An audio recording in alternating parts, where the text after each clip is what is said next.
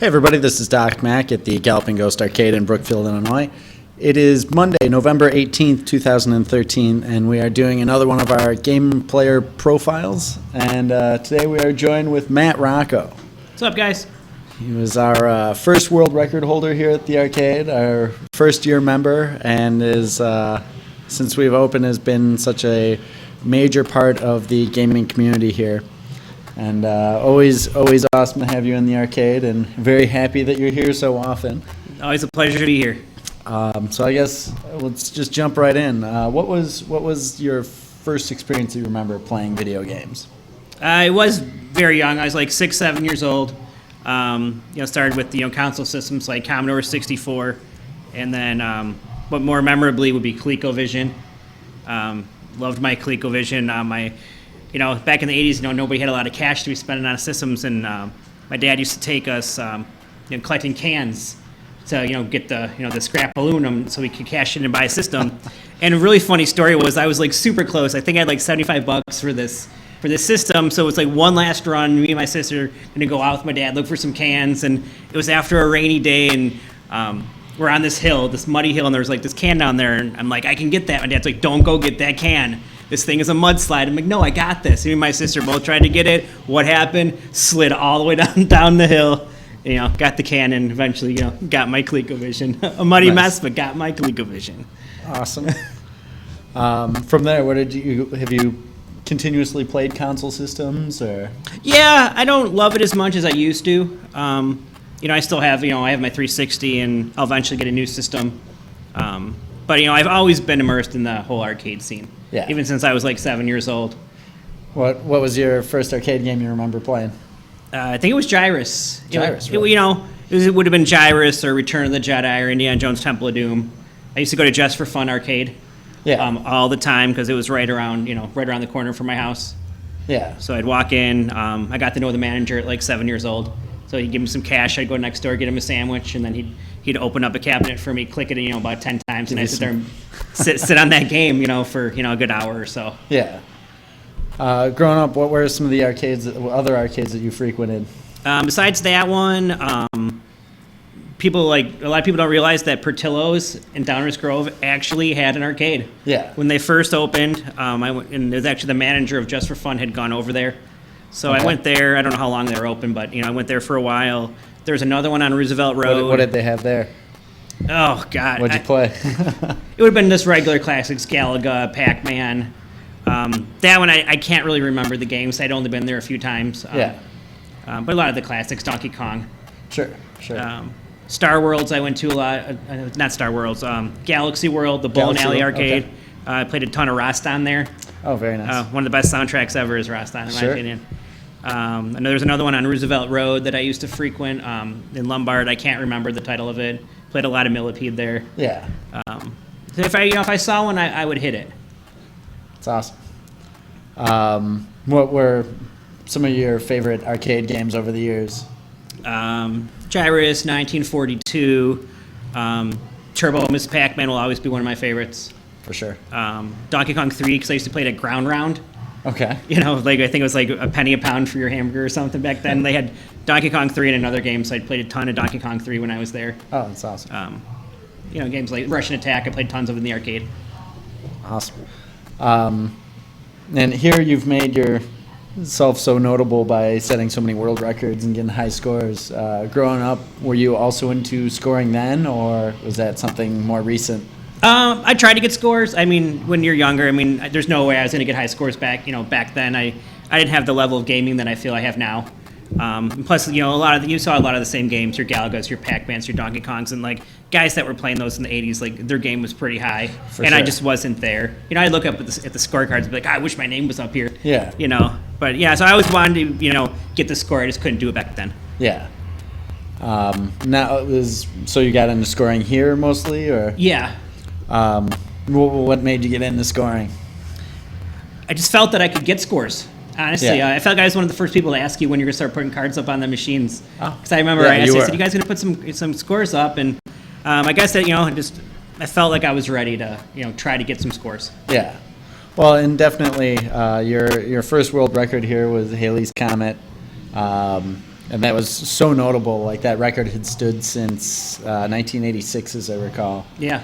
And do you remember the day that you set that, or? I don't remember the actual date, but I remember the entire experience. Yeah. Because you had Chris next to us setting up the camera, and I was kind of nervous, and you behind me, Anthony Paparo was there. And so I vividly remember the whole experience, and it was a nice run. It was about a 30-minute game. Yeah. And again, now you've done a lot of records on stream and stuff. Like, has it gotten easier having, like, again, there's so many people that know who you are from this place. They see your name up on 20 or 30 cards here. Is it easier having people watch you play, or is it something, does that bother you when people watch you play or stream, or? And I think it's easier now. Yeah. As I've said before, with streaming, I like to play a couple of games before I actually stream. For sure. Because I don't want someone to watch me choke on a stream, and then but it's I have no problem with it. It's it's a lot easier than it was way back when I did my first stream with Haley's Comet. That was nerve-wracking. Oh, for sure. Again, you were kind of going off into new territory, even with us. Like, we had not really recorded anything. We were really, literally the first. And I remember you worked quite a while to get that score up there, and it was a great score. Yeah, I worked. There's a score that if I feel I can have it, I will work on it for a while. And that was one of those I think I worked on for like a month, maybe longer. Like, I worked a lot on Haley's Comet. For sure. When you're going after a score, what do you do to prep for it? Do you emulate it? Do you play it at home? Do you watch the YouTube videos? I watch a YouTube video if it's a part I can't get past. But pretty much I'll just sit on it. Games like G.I. Joe, there's no video I could really watch. It's just go play through it. For sure. Same with Mr. Do. I feel like that was one of those games I just had to learn. For sure. To get that score. There's a couple parts, like Altered Beast. I did watch a couple videos because I was getting stressed out. I couldn't get past certain parts and, this and that. So YouTube is definitely a valuable resource when it comes to trying to get scores on certain games. Definitely. Some games, it's all, it's naturally skill. Pac-Man, Miss Pac-Man, you just got to know what you're doing. Donkey Kong, I couldn't do what Fred DeHart does with Donkey Kong. I can't sit there and watch a YouTube video and then go and put up a great score. Yeah. You've got a plethora of amazing scores here. What's been one of your toughest goals that you've had, that you've accomplished here? Elevator Action was a lot of work. I'm number 2 on arcade on Elevator Action. I have the high score here. That was a lot of work to get that score. I put a lot of work into G.I. Joe to get the score I put up there. I'm really proud of that score. You guys saw me sit on that for, I think, 2 months straight almost. I just sat there. Didn't play anything but G.I. Joe. For sure. Those were a couple. Yeah. Russian Attack, I put a ton of work into. Absolutely. Gave it up, went back to it. Gave it up, went back to it again. Has there been any scores that, maybe a score that you've lost that you've just been like, all right, that's enough. I'm done playing that one for score? Sure. There's a couple. Time Soldiers was one. I had that world record for a while. I lost it to Brian Forsyth. Yeah, Brian Forsyth. Really, he's got a real nice score in there. And that one I'm done with for now. I'm done with it. Donkey Kong 3, as I had brought up before, was kind of a heartbreaker. I learned it so quickly and put up such a good score, and then the score just got tripled. For sure. And especially since I was playing the whole game wrong, I felt like I was pretty decent for thinking I could not touch the worms. Yeah. Of the scores that you've lost, was there any one that was just particularly I did not want to lose that one? Russian Attack, I didn't lose it here, but I lost that. It went down at Fun Spots, on tournament that the guys went up to this summer. So I'm not done with Russian Attack. I just haven't played it in a little while. Yeah, that's a very tough score to get. Again, I watch you play a lot of that, and it's. Yeah. A lot of I think you can do it. You're right. Sure. I can do it. Yeah, it's a matter of do I want to sit on that right now, and that score will come back to me. That's one score I'm confident about. Yeah. At the time, Ikaruga was tough to lose. I wasn't as good as I thought I was. I could get fairly far in Ikaruga, but the whole chaining thing that Walter's learned, it's just not how I like to play. And so once that score left, I knew I was done with that one. Yeah. Is it more now? Is it more about playing for scores or for fun, or It's like- half and half. Yeah. It depends on my mood. Like tonight, I'm pretty much just in for some fun. I'm going to play some Mr. Do. I'm not stressed, about getting my score. I might, dabble in something else. Yeah. When you get a game that I really want to score for, then I'll focus my attention to it. Like I'm not done with Altered Beast. I want to boost that score by another 100,000. Oh, nice. What other future goals do you have score-wise? Like, I'd like to put up another couple, 3, 4, 5 world records by next 6 months, depending on what kind of let's rely on some new games coming in the arcade. There might be something I haven't seen here that I can start to work on. for sure. But I definitely got a few more world records left in me. Oh, Yeah. absolutely. But nothing else particular right now that you're Not that I can think lining of. up for? No, not really. So I'm not done with Alter Beast, so that's a project I need to do. I don't like to do too many projects at once. For sure. And I still would like to put up 500,000 in Mr. Do. Yeah. You've been playing a lot of that lately, I'm sure. Yeah, I got to level 24 the other day on a fluke. Oh, that's awesome. Not a fluke. I can get to consistently level 20, but that was one of those games that just Everything was going right. everything was going perfect that day. It's excellent. If there's any game out there that you could, you would be known as this is your game, and you just given the world record on it. Turbo Miss Pac-Man. Turbo Miss Mack. Love Turbo Miss Pac-Man. Yeah, I've played Yeah. tons of that in my day. Yeah, I could have a good 300,000 in Turbo Miss Pac-Man. It's awesome. And again, you've been coming here literally since we opened. You've been to so many of the events and different things that we've run here at the arcade. Has there been anything in particular, or you've had a favorite experience? Again, you were our first gamer of the year. First world record holder. You've probably had more of the firsts here than anybody else. You have the most world records here. So you're definitely getting a lot out of coming to the arcade, and you've been to pretty much the majority of the events that we run. Has there been anything that's happened here that's been most memorable for you? I still really love the very first opening of your very first night at the arcade, because I was here for that. Just a great experience. It was mind-blowing at the time. Do you remember what you played first?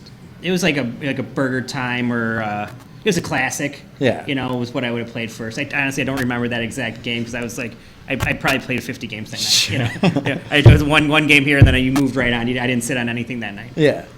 That and the Mortal Kombat tournaments, which I feel like they're a little bit different now, because a year ago it seemed like there was a lot bigger crowd of the people I hang out with that were playing Mortal Kombat, and even though you knew you weren't going to win that night, it was still good to come out and trash talk some people that you could beat. Sure. Just a great time with those Mortal Kombat tournaments. Yeah. It's excellent.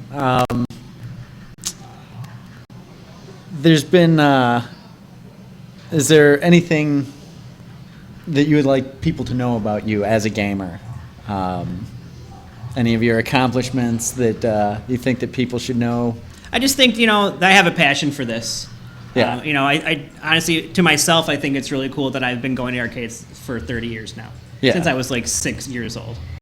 That's really the big thing, that I would want people to know is that guy, he's just not a one and done. He's been doing this for a long time. For sure. And I just love the whole scene. Like I said, I've met so many wonderful people from this arcade that I see outside of the arcade on a regular basis now.